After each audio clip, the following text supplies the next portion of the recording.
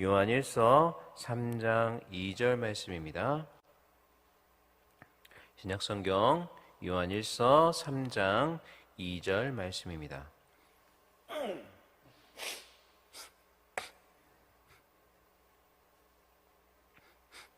요한일서 3장 2절 말씀 다 찾으신 줄로 알고 한 목소리로 같이 읽겠습니다.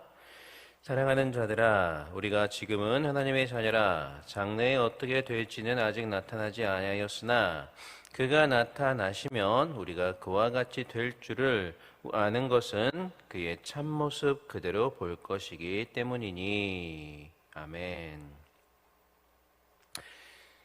저는 지금까지 오랜 시간에 걸쳐서 구원의 서정의 각 단계에 대해서 여러분들에게 말씀을 드렸습니다. 그리고 오늘은 그 마지막 시간으로 이 구원의 서정 마지막 단계인 영화에 대해서 말씀을 드리고자 합니다. 이 영화라는 것은 말 그대로 영광스럽게 변화된다라는 그런 의미인데요. 구체적으로 어떻게 변하는 것이 그러면 영광스럽게 변하는 것일까요? 오늘 본문 말씀해 보시니까 사도 요한이 말하는 것처럼 주님과 같은 모습이 되는 것이 영광스럽게 변화되는 것입니다.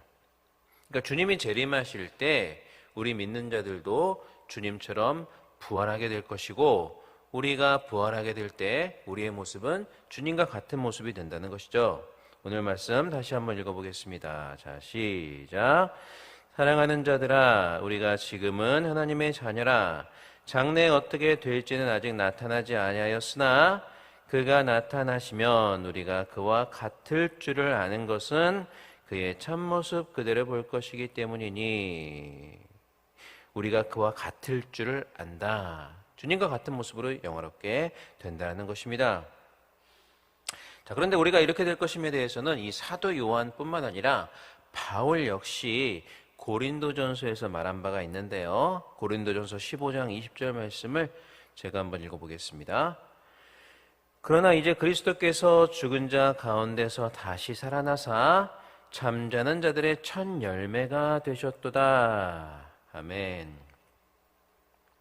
이 사도 바울은요, 예수 그리스도께서 죽음에서 부활하신 사건은 이 죽음에 결코 굴복하실 수 없었던 하나님의 아들께서 죽음을 패하셨던 사건인과 동시에 그를 믿는 자들도 장차 그와 같이 부활하게 될 것이다 라는 사실을 보여준 그러한 사건, 즉 부활의 첫 열매의 사건이다 라고 말씀을 해주고 있습니다. 이 첫 열매라는 것은 그것에 뒤따르는 후속 열매가 있을 것이다, 후속 열매에 대한 보증이기 때문에 예수님이 부활의 첫 열매시라는 것은 우리 믿는 자들 역시 주님과 같이 부활하게 될 것이고 주님과 같은 모습으로 부활하게 될 것이다 라는 것을 바울은 고린도전서에서 이야기해주고 있는 것입니다. 자, 그런데요, 부활하신 주님과 같게 우리가 변화될 것이라고 해서 이것을 오해해서 우리가 주님과 같은 존재가 될 거다라고 생각해서는 안 됩니다. 그거는 신화예요. 신화인데 신이 되는 것과 우리가 영광스럽게 되는 것은 엄연히 다른 것입니다. 우리가 영화롭게 된다는 말은 우리 피조물의 차원에서 완전해진다는 것, 그러니까 하나님과는 질적으로 다른 존재인 피조물이지만 우리 피조물의 상태, 인간의 상태에서 완전해진다는 것이지 하나님과 같은 그러한 우리와는 질적으로 다른 존재로 우리가 바뀌게 될 것이라는 의미는 아닙니다. 자, 그렇지만 지금 우리가 입고 있는 이 현재의 모습과 비교해 볼 때는 전혀 다른 정말 영광스러운 모습이 될 것이기 때문에 그러한 의미에서 완전하다라고 말씀하는 것이고 영화롭게 된다라고 말씀을 하는 것입니다. 자, 이렇게 장차 영광스럽게 우리가 변화하게 될 텐데요. 그 변화는 두 단계에 걸쳐서 일어나게 될 것입니다. 자, 먼저는 우리 영혼이 영화롭게 됩니다. 자, 우리 인간은 하나님께서 우리에게 각자에게 정해주신 인생의 기한이 다 차게 되면 누구나 죽을 수밖에 없습니다. 누구나 죽게 됩니다. 자, 그런데 이렇게 우리가 죽게 되었을 때 우리의 영혼이 육체와 분리되면서 그 상태에서 우리 영혼이 먼저 영화로운 상태가 됩니다. 죄의 욕망이나 이런 것들로부터 자유한 완전한 상태가 된다는 거죠. 완전히 거룩하고 완전히 성숙하고 이 영혼이 누릴 수 있는 최상의 상태로 우리가 죽었을 때 육체와 분리되면서 우리의 영혼은 그렇게 영화롭게 될 것입니다. 그리고 낙원에 들어가서 주님과 함께 복락을 누리면서 주님이 오실 날 우리 육체가 그 주님의 재림과 함께 부활하게 될 것을 이제 기다리게 되는 것이죠. 자, 그리고 영화의 두 번째 단계는 우리 육체가 영화롭게 부활하는 그러한 단계인데요. 그것은 주님과 함께, 주님의 재림과 함께 이 땅의 종말이 다가오게 되면 그때 일어나게 될 것입니다. 자, 그때까지는 우리 우리 육체가 이제 땅 속에 잠들어 있다가 이제 주님이 다시 오시게 되면 그 우리의 썩은 육체는 주님의 오심과 함께 부활하게 되고요. 이미 영화롭게 되었던 우리 영혼과 함께 이 육체가 결합을 하게 될 것입니다. 그리고 우리는 그때 하나님께서 최초에 계획하셨던 정말 완전한 인간의 모습, 예수님의 형상을 완벽하게 닮은 그러한 인간의 모습으로 우리는 영화롭게 될 것입니다. 그런데 여전히 궁금한 게 남아 있습니다. 자, 부활 이후에 또 주님이 재림하신 이후에 우리가 영화롭게 된다라고 말씀을 드렸는데 그때 우리는 정말 어떤 상태일까요? 어떤 모습일까요? 그렇게 영화롭게 됐을 때 우리의 상태가 어떤 모습일까요? 정확한 답은요, 그때 돼봐야 안다는 것입니다. 아무도 경험해보지 못했잖아요. 그러니까 우리가 진짜 어떤 모습인지는 우리가 직접 경험하게 될, 정말 그때가 돼봐야 제대로 알 수가 있을 것인데요. 자, 그렇지만 우리는 성경 말씀에서 우리가 영화롭게 되었을 때 어떤 상태일지에 관한 여러 실마리를 발견할 수가 있습니다.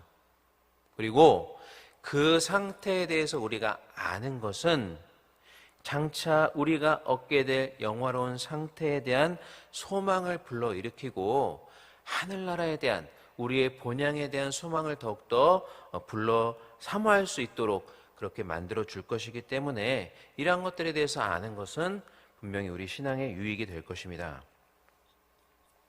자, 5가지 정도로 말씀을 드릴 텐데요. 첫 번째로 어떤 사람들은 우리의 영화로운 상태를 유령과 같은 상태일 것이다 라고 추측하기도 합니다.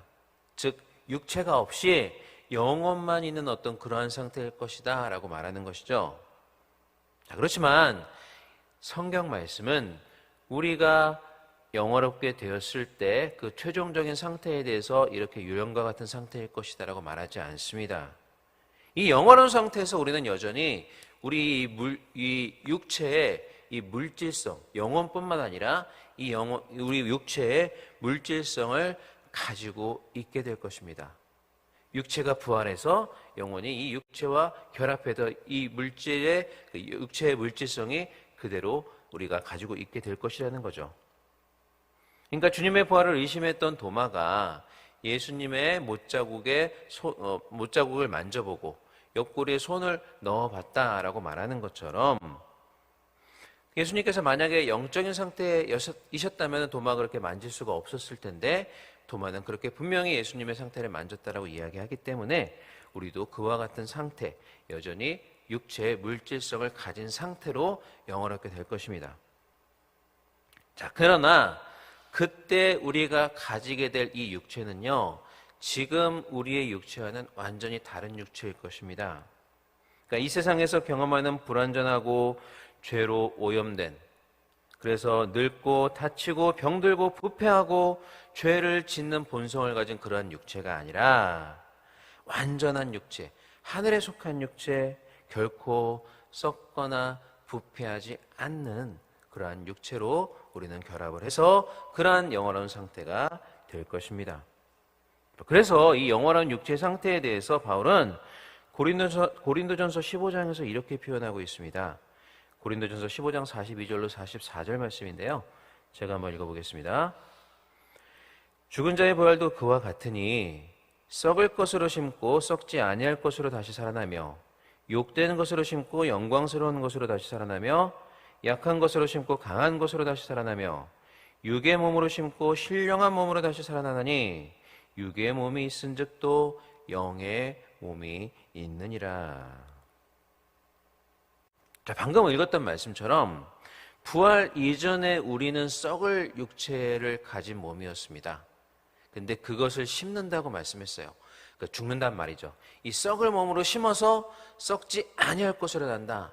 그러니까 부활 이전에는 우리가 썩을 몸이었지만 부활 이후에는 썩지 아니할 몸이 될 것이다. 또 부활 이전에는 욕된 육체였지만 영광스러운 육체로 부활하게 될 것이다. 또 부활 이전에는 약한 육체였지만 강한 육체로 부활하게 될 것이다 라고 분명히 말씀을 해주고 있습니다. 그래서 결론적으로 바울은 부활 이전에 우리의 몸은 육의 몸이지만 부활 이후에 우리의 몸은 영의 몸, 결코 썩거나 부패하거나 사라지지 않고 영원하고 완전할 그런 몸이다 라고 말을 해주고 있습니다. 자, 두 번째로 이 영화의 단계에 들어가면요, 우리의 몸은 더 이상 이 죄의 영향을 받지 않습니다. 우리가 죽는 순간 육체와 분리된 우리의 영혼이 먼저 죄의 영향으로부터 완전히 해방이 되어서 온전한 영혼이 될 것입니다. 그런데 우리의 부활할 육체 역시 지금의 육체와는 달리 그런 죄의 영향으로부터 완전히 자유하는 그러한 육체가 될 것입니다. 그렇게 완전히 자유로운, 죄로부터 자유로운 영혼과 죄로부터 자유로운 육체가 결합하여서 죄와는 완전히 무관한 그러한 모습. 그래서 정말 전적으로 하나님이 기뻐하시고 즐거워하시는 일들만 할 수 있는 그러한 상태로 우리가 변화가 될 것입니다. 자, 그리고 셋째로 영원하고 하늘에 속한 그러한 육체를 입은 우리는요, 아마 시간과 공간의 제약을 받지 않게 될 것입니다. 그러니까 부활하신 주님이 40일 동안 이 땅에 계시면서 어떤 모습이셨는가 우리가 보면은 우리가 실마리를 찾을 수가 있는데요. 예수님은 시공간의 제약을 받지 않으셨어요. 그러니까 한 곳에 계시다가 갑자기 사라지셔서 다른 곳에 나타나시기도 하셨고, 이 방문이 잠겨 있었는데도 그대로 방 안으로 들어오실 수도 있었습니다. 그러니까 아마 정확하게 우리가 경험해봐야 나중에 알겠지만 우리의 영원한 우리의 상태도 아마 그와 같은 모습이 아닐까 우리는 생각해 볼 수가 있습니다. 자, 그리고 넷째로 예수님이 부활하신 이후에도 여전히 음식을 드셨던 것처럼 우리가 영화로운 상태가 돼도 육체적으로 먹거나 마시는 그런 행위는 계속될 수가 있습니다. 다만 차이가 있는데요. 지금 우리가 이 땅에서 살면서 먹고 마시는 건 우리가 반드시 먹고 마셔야 살 수 있기 때문에 우리의 생존을 위해서 먹고 마시는 것입니다. 그런데 이 영화로운 상태에서는요, 먹지 않아도 죽지 않을 거예요. 먹지 않아도 전 상관이 없지만 이 먹고 마시는 것이 주는 즐거움 행위가 있기 때문에 그 즐거운 행위를 위해서 우리가 먹고 마시는 상태가 될 것입니다. 그렇지만 그것을 먹지 않는다 그래서 배고픔을 느끼거나 우리가 부족함을 느끼거나 굶주린다거나 그러한 상태는 아닐 것입니다. 다만 그 먹는 것, 하늘에 그 얼마나 아름다운 보화, 그 정말 아름다운 그 과실들이 있겠습니까? 그런 것들을 즐거움으로 그렇게 먹는 행위가 계속 될 것입니다.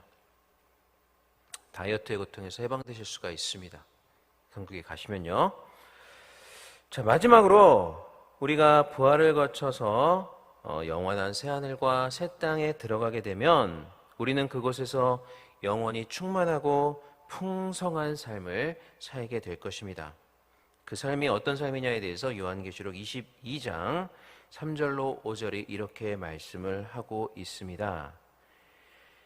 다시 저주가 없으며 하나님과 그 어린 양의 보좌가 그 가운데 있으리니 그의 종들이 그를 섬기며 그의 얼굴을 볼 터이요 그의 이름도 그들의 이마에 있으리라. 다시 밤이 없겠고 등불과 햇빛이 쓸데없으니 이는 주 하나님이 그들에게 비치심이라. 그들이 세세토록 왕노릇 하리로다. 아멘. 이 영광스러운 상태, 영화로운 상태에서는 우리는 하나님과 깊은, 이 세상에서 맛볼 수 없는 깊은 인격적인 교제를 나누게 될 것이고, 세세토록 주님과 함께 왕노릇을 하는 그러한 영광을 얻게 될 것입니다. 자, 여러분은 어떠십니까? 이런 상태를 들어보시니 어떠십니까? 여러분, 이러한 상태에 빨리 도달하고 싶다라고 여겨지십니까? 아니면 개똥밭에 굴러도 이승이 낫다라는 말처럼 그래도 이 세상에 머물러 있고 싶으십니까? 이 바울은요, 나는 할 수만 있으면 속히 이 세상을 떠나서 주님과 함께 거하면서 그 영원한 상태에 있고 싶다라고 빌립보서에서 고백한 바 있습니다. 그러나 내가 이 땅 가운데 있는 것이 너희들, 우리 성도들에게 유익하기 때문에 내가 이 땅 가운데 있는 것이다 라고 이야기했죠. 변화될 우리의 상태에 대해서 우리도 제대로 깨닫게 된다면 우리 역시 바울과 같은 이런 동일한 고백을 할 수 있지 않을까 생각을 합니다. 바울처럼 그 상황을, 그 상태를 더욱더 사모하게 되고 우리가 장차 누리게 될 그 영광을, 우리가 얻게 될 본향을 더욱더 사모하게 될 것이라는 말이죠. 내세에 대한 소망이 가득한 그러한 삶을 살아가게 될 것입니다. 그리고 무엇보다도 그 내세에서 더욱더 영광스러운 큰 상급을 받기 위해서 이 땅을 살아가는 동안 더욱더 주님께 헌신하고 충성하는 삶을 우리가 살 수 있게 될 것입니다. 바라기는 우리가 앞으로 그러한 상태가 될 것이다라는 그러한 소망이 가득한 삶을 사시기를 바라겠습니다. 그리고 그러한 소망이 우리가 이 땅에서 살아가는 동안에 더욱 주님께 헌신하고 충성하게 만드는 그런 아름다운 촉진자가 될 수 있기를 이 시간 주님의 이름으로 간절히 축원합니다. 예, 기도하겠습니다. 하나님 아버지 감사를 드립니다. 우리의 고단한 몸을 깨워주시고 이 시간 귀한 주님의 존전 앞에 나와서 또 유튜브를 통해서 이렇게 예배드리고 하나님의 귀한 말씀에 은혜 받게 하심을 감사를 드립니다. 우리로 장차 우리에게 나타날 우리의 영원한 상태를 소망하게 하여 주시고 이 땅을 살아가는 동안 그 소망이 충만하게 하여 주시옵소서. 우리에게 내세의 소망이 가득하게 하여 주시옵소서. 그 내세에 대한 소망으로 오늘 우리에게 주어진 하루하루를 정말 최선을 다해서 주께 헌신하며 살아가게 하여 주시옵소서. 또한 장차 주 앞에 영화로운 모습으로 서게 되는 그날 주님께 잘했다 칭찬받는 우리가 될 수 있도록 주님 함께하여 주시옵소서. 또 하나님 아버지 이 시간 나올 때 빈손으로 나오지 않냐고 귀한 예물 드린 우리 믿음의 권속들이 있습니다. 여러 제목으로 드린 그 귀한 예물들 주님께서 기뻐 받아주시고 하늘의 귀한 축복으로 채워주시며 천배 만배의 축복으로 갚아주시고 정말 이 땅 가운데서 하나님께서 주실 수 있는 가장 최상의 축복을 누리며 정말 귀한 영화로운 상태로 살아갈 수 있는 우리가 되게 하여 주시옵소서. 또한 귀한 예물이 쓰이는 곳마다 주님의 온전한 영광만이 드러나게 하여 주시옵소서. 감사드리며 이 모든 말씀 우리 주 예수님 이름으로 기도하옵나이다. 아멘. 하늘에 계신 우리 아버지여 이름으로 기억임을 받으시오며 나라의 마옵시며 뜻이 하늘에서 이루어진 것 같이 땅에서도 이루어지이다. 오늘날 우리에게 일용할 양식을 주옵시고 우리가 우리에게 죄 지은 자를 사하여 준 것 같이 우리 죄를 사하여 주옵시고 우리를 시험에 들게 하지 마옵시고 다만 에게서 구하옵소서.